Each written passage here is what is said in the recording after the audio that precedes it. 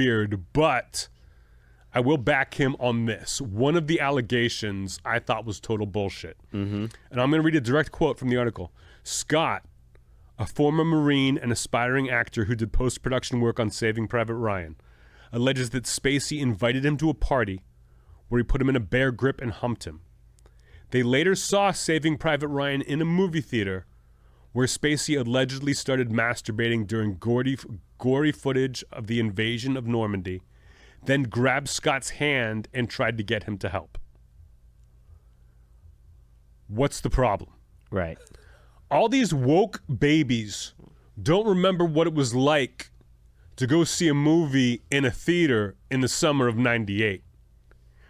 I remember when Saving Private Ryan came out. Remember war veterans who were going to see it were having to leave the theater because so many people were masturbating. Saving Private Ryan in the summer of '98 was an every other seat kind of movie. That people weren't used to that kind of masturbation.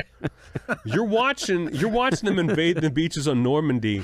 You're thinking about it in the back of your mind. And people now today, young kids, the first time they saw Saving Private Ryan was at home in the privacy of their homes. Right. At home. In the privacy of their homes. Home, home, home. When you saw it in a theater, it was a different thing. And people forget because it was so long ago. Greg and I did not see Saving Private Ryan together. I was in Pittsburgh. I was in Pittsburgh masturbating with my high school friends watching that movie in theaters. But it was impossible. And yeah, if you worked post-production and you're sitting next to me, you're responsible.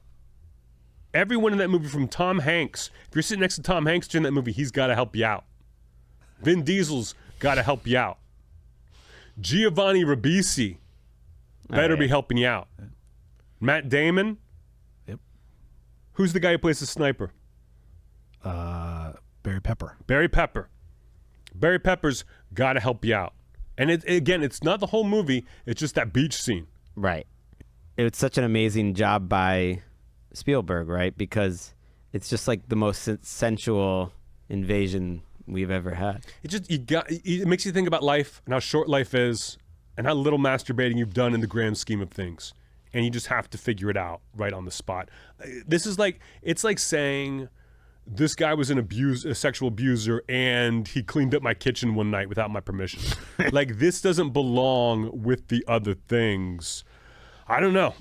I think maybe Kevin Spacey's totally innocent, but jerking off during the first 20 minutes of Saving Private Ryan, not a crime. Not a crime. Not even a bad idea. Not even rude.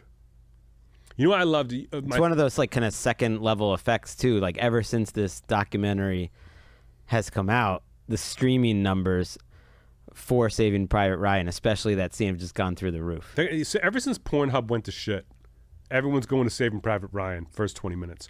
You know what? But he's just a passionate person when it comes to Kevin Spacey and Saving Private Ryan. When I heard when it was like, oh, Kevin Spacey was masturbating during the first 20 minutes of Saving Private Ryan and trying to get the person next to him to help finish him off, I was like, I thought I was the only one. I was like, maybe this is how Kevin Spacey gets into character, is by being an everyman. This is something we can all relate to. Aaron, how old were you in 1998, summer 98? 15. So you didn't. Perfect. So you didn't see Saving Private Ryan in the theater. No, I did not. Did you? So you were just masturbating outside? Yeah. Trying to get someone to finish you off on the way out of the theater? Yeah. I was so glad I was 18 years old in the summer of 97, summer 98. Well, actually, 18, I was 19. Yeah. I felt so bad for the ushers in that movie. Roll it.